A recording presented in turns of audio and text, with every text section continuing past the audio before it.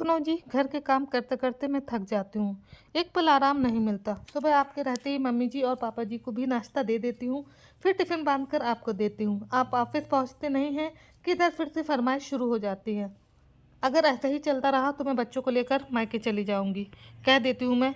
फिर आप अपना और उनके खाने का इंतज़ाम खुद कर लेना। लड्डू बनाते हुए सोनी अपने पति अजीत से कहती है।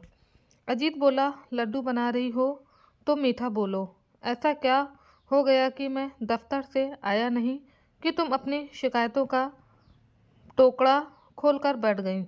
और काम अगर ज़्यादा हो गया है तो एक और काम वाली लगा लो।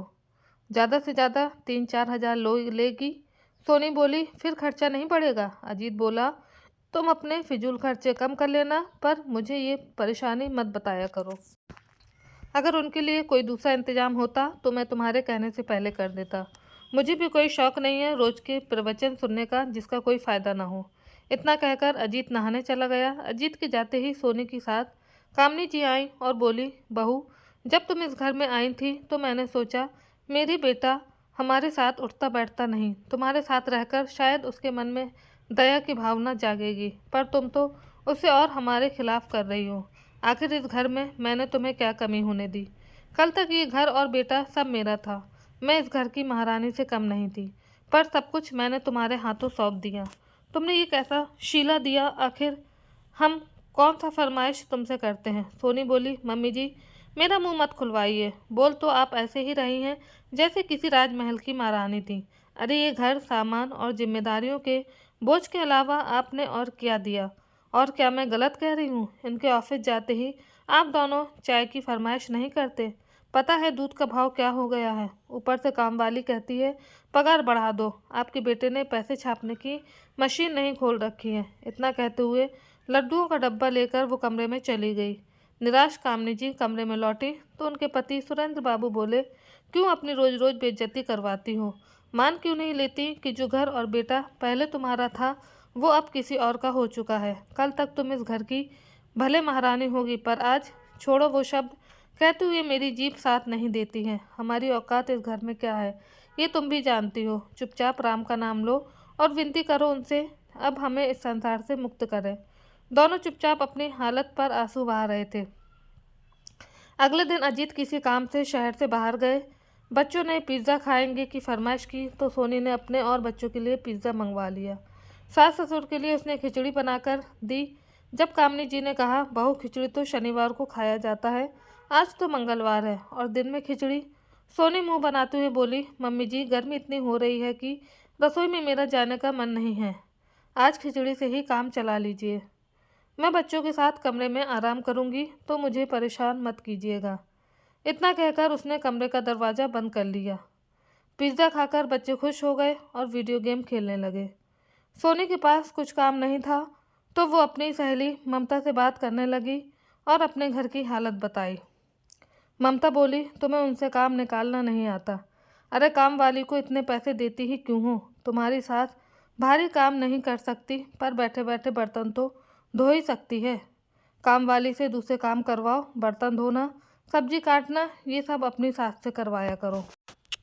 बस बदले में जो भी चटपटा खाती हो थोड़ा सा उनके सामने रख दो। शाम में सोनी ममता के सुझाव पर विचार कर रही थी और मन ही मन सोच रही थी कि कहीं अगर वो ऐसा करे और सास ससुर ने विद्रोह कर दिया तो। तभी उसकी छोटी बहन रानी का फ़ोन आया। पता है दीदी, मेरी सास मुझे 1 मिनट का चैन नहीं लेने देती है। सब खाकर उठ जाते हैं तब मुझे खाना खाने कहती है। अगर फरमाइश पूरी ना करो तो मेरी शिकायत इनसे करती है। और ये ठहरे श्रवण कुमार, तुम्हारा अच्छा है, जीजा जी तुम्हारी बात सुनते हैं और तुम्हारी सास ने भी तुम्हें कम परेशान नहीं किया होगा। न जाने ये हर सास बुरी क्यों होती है। बहन की तकलीफ़ सुनकर सोनी ने निर्णय किया कि अब वो ममता का नुस्खा अपनाना ही पड़ेगा। 2 दिन बाद जब अजीत आए, सोनी बिल्कुल ठीक थी। जैसे ही वो दफ्तर गए, सोनी ने माथे पर पट्टी बांधी और कामनी जी को चाय देने गई। कामनी जी ठहरी ममता की मूरत। उन्होंने पूछा, क्या हुआ बहू, क्या तबीयत खराब है? सोनी मुंह बनाते हुए बोली, मम्मी जी, मेरा सर फटा जा रहा है। ऊपर से सपना यानी कि काम वाली बाई बोली है कि वो बर्तन नहीं धोएगी, उसके हाथ में दर्द है, वो दूसरे काम कर देगी। अब आप ही बताइए मैं कब बर्तन धोऊंगी और कब खाना बनाऊंगी? कोई नहीं जिससे मदद मांग सकूं। सुरेंद्र बाबू शंका की दृष्टि से अपनी बहू को देख रहे थे। कामनी जी बोली, ऐसा क्यों कहती हो बहू? मैंने तुम्हें बेटी से कम नहीं समझा है। चलो मैं तुम्हारी मदद करवा देती हूँ। इतना कहकर वो सोनी के साथ चली गई। रसोई में सोनी बोली, मम्मी जी आपसे बर्तन धुलवाने में अच्छा तो नहीं लगता। आप ऐसा कीजिए, नीचे बैठकर बर्तन धो लीजिए, आपको दिक्कत नहीं होगी। मैं बाम लगाकर दूसरे काम कर लेती हूँ। इतना कहकर वो अपने कमरे में आराम करने चली गई। सपना सोनी के कमरे में झाड़ू लगा रही थी। वो बोली, भाभी जी क्यों अपने सर पर पाप लेती हो? जो आपको बहुरानी बनाकर घर में लेकर आई, आप उनसे नौकरानी वाले काम करवा रही हो। सोनी बोली, चुपचाप जितना तुमसे कहा गया है उतना करो। बर्तन धोना और सब्जी काटना मम्मी जी कर लेंगी। तुम आज से कपड़े और झाड़ू पोछा किया करो, और हाँ, हफ्ते में एक दिन मेरी मालिश कर दिया करो। सपना हैरानी से सोनी की तरफ देखती रही और अपना काम करती रही। दोपहर के खाने में सोनी ने पनीर की सब्जी बनाई। सास ससुर को रोटी दाल के साथ पनीर की सब्जी दी। कामनी जी देखकर खुश हो गई और सुरेंद्र बाबू से बोली, आज तो आपके पसंद की पनीर की सब्जी बनी है। चलिए, लगता है बहू को हम पर दया आ गई। सुरेंद्र बाबू कटोरी में हाथ घुमाए तो एक पनीर का टुकड़ा आया और बाकी आलू के टुकड़े थे। कामनी जी देखकर बोली, ये भी तो देखिए पनीर कितना महंगा हो गया है। अब सिर्फ पनीर डालकर तो सब्जी नहीं बनाई जा सकती, खा लीजिए। सुरेंद्र बाबू बोले, ये तुम्हारे बर्तन धोने और सब्जी काटने का इनाम तो नहीं है। कामनी जी बोली, हे भगवान, कैसी बातें कर रहे हैं? अपने घर के काम को कोई ऐसे कहता है? घर में शांति बनी रहे तो मैं उसके लिए कुछ भी करने को तैयार हूँ। आप बस खाना खाकर आराम कीजिए। अब तो ये रोज का हो गया था। सोनी कुछ ना कुछ बहाना करके छोटे मोटे काम कामनी जी से करवाती रहती। बेचारी कामनी जी पति को ढंग का खाना मिले इस वजह से चुपचाप सब करती जाती। ऐसा नहीं था कि वो समझ नहीं रही थी, आखिर उन्होंने अपने बाल धूप में सफ़ेद नहीं किए थे। वक्त बीतने लगा, काम की थकान कामनी जी के चेहरे पर दिखने लगी। एक रोज़ जब सोनी कमरे में सो रही थी और कामनी जी धूप में कपड़े उठा रही थी, सुरेंद्र बाबू बहू के कमरे पर दस्तक देना शुरू कर दिए। सोनी हड़बड़ाकर आई और बोली, बाबूजी कोई अपनी बहू के दरवाजे को इस तरह पीटता है? क्या तूफान आ गया था जो मुझे नींद से जगा दिया? वो बोले, बहू इतनी धूप में जो औरत कपड़े उठा रही है वो तुम्हारे पति की माँ और इस घर की मालकिन है। उसे तुमने नौकरानी बनाकर रख दिया। अरे औरत तो ममता की मूरत होती है, फिर तुम्हें अपनी सास के साथ ऐसा व्यवहार करते हुए शर्म नहीं आई? देखो उसकी कैसी हालत हो रही है। सोनी बोली, बाबूजी मैंने उनसे नहीं कहा है कि अभी ही कपड़े उठा लें। अरे शाम हो जाती तब आराम से उठाती। अगर आपको इतनी ही चिंता हो रही है तो आप कर लीजिए, वैसे भी पूरे दिन पलंग ही तो तोड़ते हैं। इतना कहकर वो कमरे में चली गई। सुरेंद्र बाबू ने कामनी जी की मदद की और सारे कपड़े चारपाई पर रख उन्हें कमरे में ले गए और बोले, अगर तुमने मेरी बात नहीं मानी तो मैं आज से खाना पीना छोड़ दूंगा। तुम्हारी ऐसी हालत अब मैं नहीं देख सकता। चुपचाप से थोड़ी देर आराम करो। अगर बीमार पड़ जाओगी तो ना तो बेटा दवा खाने ले जाएगा और ना ही बहू 2 रोटी देगी। समझ रही हो मैं क्या कहना चाहता हूँ? कामनी जी चुपचाप पसीना पोंछते हुए चारपाई पर लुढ़क गई। रात हुई। बेटा खाना पीना खाकर जब मोबाइल लेकर आंगन में बैठा तो सुरेंद्र बाबू उसके पास गए और सारी बात बताई। अजीत बोला, क्या माँ अपने उम्र में काम नहीं करती थी? और ऐसे भी बुढ़ापे में थोड़ा बहुत काम करते रहना चाहिए। आप तो ऐसे कह रहे हैं जैसे सोनी आप लोगों को खाना पीना नहीं देती। अरे अपने घर का काम करने में क्या बुराई है? सुरेंद्र बाबू निराश होकर अपने कमरे में चले गए। सुरेंद्र बाबू हर तरफ से हार चुके थे कि कैसे अपनी पत्नी की परेशानियों को कम करें। तभी उनकी बेटी कविता का फ़ोन आया। सुरेंद्र बाबू ने इतने दिनों की आप बीती सब बताई और बोले, बेटा जिस पत्नी को आज तक मैंने कभी कुछ नहीं कहा, आए दिन बेटे बहू उसे खरी खोटी सुनाते हैं। मेरा सीना छलनी हो जाता है। मैं पुरुष हूँ, आंसू नहीं बहाता, पर अपनी पत्नी की ये दशा देख भी नहीं पाता हूँ। कविता ने उन्हें आश्वासन दिया और बोली, बाबूजी आप चिंता मत कीजिए। बच्चों के स्कूल में कुछ दिनों की छुट्टी होगी तो मैं आ जाऊंगी। आकर माँ से बात करती हूँ। तब तक आप अपना और माँ का ख्याल रखिए। इतना कहकर कविता ने फ़ोन रख दिया। समय बीत रहा था। दिनों दिन कामनी जी का स्वास्थ्य गिर रहा था। कविता छुट्टियों में मायके आई, जिसकी खबर बस सुरेंद्र बाबू को थी। जैसे ही कविता घर में आई उसने देखा माँ आंगन में बैठकर बर्तन धो रही थी। माँ, ये क्या कर रही हो? क्या सपना ने घर का काम करना छोड़ दिया? और भाभी कहाँ है? भाभी, ओ भाभी! ननंद की आवाज़ सुनकर सोनी हड़बड़ाकर उठी और आंगन में देखी तो ननंद सास का हाथ धुलवा रही थी और बोल रही थी, माँ, भैया की शादी करके क्या अपने लिए मालकिन लाई थी या घर की बहू लाई थी जो आज ये दिन बहू देख रही हो? मानती हूँ बहू की मदद करनी चाहिए, परंतु उसके लिए सास की उम्र और सेहत भी देखनी चाहिए। सोनी मुस्कुराकर बोली, अरे कविता जी, आप कब आई? आने से पहले खबर भी नहीं की। कविता बोली, अपने घर में आने से पहले खबर देने की क्या ज़रूरत है? और खबर देकर आती तो सच्चाई कैसे देखती? औरत तो ममता का रूप होती है। आप मेरी माँ से ये सब करवा रही हैं। और सपना, तुम क्या कर रही थी? सपना डरकर बोली, मैं तो भाभी जी की मालिश कर रही थी। कविता बोली, वाह, जिसका घर है वो बर्तन धो रही थी और बहू मालिश करवा रही है। क्या ज़माना आ गया है। अरे भाभी, कुछ तो शर्म करो, भगवान से डरो। कल को आपकी भी बहू आएगी और आपसे ये सब करवाएगी तो कैसा लगेगा? सोनी बोली, घर आते ही आपने कलह शुरू कर दिया।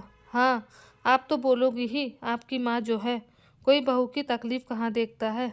कविता बोली, भाभी, मैं ये नहीं कहती कि हर बहू बुरी होती है, पर हर सास भी बुरी हो ये भी ज़रूरी नहीं है। किसी और की सास अगर बुरी है तो क्या मेरी माँ भी बुरी हो गई जो आप उनके साथ ऐसा व्यवहार कर रही हैं? इतना कहकर कविता कामनी जी को कमरे में ले गई। बेटी को लाड़ करते हुए कामनी जी बोली, तुमने आने की खबर भी नहीं दी और ये क्या अकेले आ गई? दामाद जी और बच्चों को नहीं लाई? कविता बोली, माँ, अगर मैं तुम्हारे दामाद और बच्चों को लाती तो वो तुम्हारी ये हालत देखकर क्या सोचते? माँ, बहू की माँ बनना अच्छी बात है, परंतु बहू को अपनी मालकिन मत बनाओ। और बाबूजी, एक बात बताऊं, इस सब के दोषी भैया भाभी के साथ आप और माँ खुद हैं। इधर सोनी ने फटाफट अजीत को फ़ोन किया। अजीत भी दफ्तर से जल्दी लौट कर आया। सोनी सबके लिए चाय लेकर आई तो अजीत बोला, मैंने सुना घर में आते ही तुमने सबकी क्लास ले ली। कविता बोली, अच्छा, और आपको दफ्तर तक खबर पहुंच गई? फिर तो माँ की जो हालत है वो भी खबर आपको होगी, या फिर आप माँ की परेशानियों से अनजान हैं? अजीत बोला, तुम कहना क्या चाहती हो? कविता ने पूरी बात बताई। अजीत बोला, तो घर के कामों में अगर माँ अपनी बहू की मदद कर देती हैं तो तुम्हें क्या तकलीफ़ है? माँ बेटी की मदद करे तो मदद और बहू की मदद करे तो गुलामी। कविता बोली, मुझे शर्म आ रही है कि आप अपनी माँ की तकलीफ़ जब नहीं समझ पा रहे हैं तो आपकी पत्नी कैसे समझेगी? बाबूजी, आप ये भूल गए हैं कि ये घर, ये परिवार आपने अपने दम पर खड़ा किया था। फिर आप अपने बेटे बहू की गुलामी कैसे कर सकते हैं? मेरी सास भी मेरे साथ रहती है। मेरी हिम्मत नहीं होती कि मैं उनसे कुछ कह सकूं, क्योंकि मैं जानती हूं आज के बुजुर्ग भी अपने अधिकारों के प्रति सजग हैं। जब तक वो ना चाहें अपनी संपत्ति का एक टुकड़ा भी अपने बच्चों को नहीं लेने देंगे। अगर मुझे मेरा अधिकार चाहिए तो मुझे जिम्मेदारी भी तो उठानी होगी, पर यहाँ तो जिम्मेदारी उठाई नहीं जा रही है बल्कि बुजुर्गों को दी जाती है। अजीत बोला, कविता, तुम हमारे घर की शांति भंग कर रही हो। अपने घर की बात अपने घर में रखो। कविता बोली, नहीं, ये घर भी मेरा है और मेरा भी इस घर पर अधिकार है। सोनी बोली, अब आई असल बात जुबान पर। ये कहिए कि आपको घर और संपत्ति में से हिस्सा चाहिए। कविता बोली, मुझे भगवान का दिया सब कुछ है। मुझे मायके की संपत्ति और घर में हिस्सा नहीं चाहिए। अगर मेरे माता पिता के साथ ऐसा व्यवहार रहा तो शायद मैं आपको पूरी संपत्ति लेने नहीं दूंगी। बेटी की बातों को सुनकर सुरेंद्र बाबू को साहस आया। उन्होंने कहा, कविता सही तो कह रही है बहू, अब तुम हमारे बारे में इतना सोचती हो तो मैं सोचता हूँ अपनी सारी संपत्ति बेटी के नाम ही कर देता हूँ। कविता हैरान होकर सुरेंद्र बाबू की ओर देखने लगी। सोनी बोली, बाबूजी, आप ऐसा कैसे कर सकते हैं? सुरेंद्र बाबू बोले, हाँ बहू, क्योंकि तुम तो अपनी सास को सास नहीं नौकरानी समझती हो। फिर मैं क्यों दूँ तुम्हें अपनी संपत्ति? तुम्हारा पति कमाता है और तुम तो कह रही थी कि तुम हमें पाल रही हो। ऐसा करो, अपने पति और बच्चों को लो और जाओ दूसरे घर की रानी बनो। अजीत चुपचाप था। कामनी जी बोली, बेटा, तुम कुछ नहीं बोलोगे? अजीत बोला, मैं सास बहू के झगड़े में नहीं पड़ना चाहता, इसलिए आज तक मैं कभी भी दखल नहीं देता था। कविता बोली, भैया, अगर भाभी की बहन की सास बुरी है तो क्या हमारी माँ भी बुरी है? क्या आपने देखा कभी माँ को भाभी के साथ गलत व्यवहार करते हुए? फिर ये हमारी माँ के साथ ऐसा कैसे व्यवहार कर सकती हैं? 2-3 दिन तक घर में शांति छाई रही। कविता अपने पिता से बोली, बाबूजी, मुझ पर मेरे सास ससुर और पूरे परिवार की जिम्मेदारी है। मैं उन्हें छोड़कर यहाँ तो नहीं रह सकती। अगर आप मेरे साथ चलना चाहें तो चल सकते हैं, वरना ऐसी भी आपकी स्थिति नहीं हुई है कि आप अपने घर के फैसले नहीं ले सकते हैं।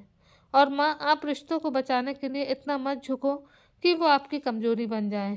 पिता को हौसला देकर बेटी अपनी जिम्मेदारियों को निभाने चली गई। 2 दिन बाद सुरेंद्र बाबू ने सबको इकट्ठा बुलाया। अजीत की अकड़ अभी भी कम नहीं हुई थी। सुरेंद्र बाबू एक इज्जतदार आदमी थे। समाज में अपनी इज्जत कम न हो जाए, इसलिए उन्होंने एक फैसला लिया और बोले, यहीं पास में मैंने एक ज़मीन खरीदी थी, वो मैं तुम्हारे नाम कर रहा हूँ और तुम्हें 3 महीने का वक्त दे रहा हूँ। उस पर तुम अपने लिए घर बना लो और इस घर को खाली कर दो। मेरी पूरी संपत्ति का आधा हिस्सा मैं कविता के नाम करूँगा और आधा तुम्हारे बच्चों के नाम कर दूँगा। ये मेरा आखिरी फैसला है। इतना कहकर वो कमरे में चले गए। बेटा बोला, माँ, ये सास बहू की लड़ाई में मुझे क्यों की सज़ा मिल रही है? मैंने तो आपके साथ कभी बुरा नहीं किया। कामनी जी बोली, बेटा, तुमने बुरा तो नहीं किया, पर कभी तुमने अच्छा भी कुछ नहीं किया।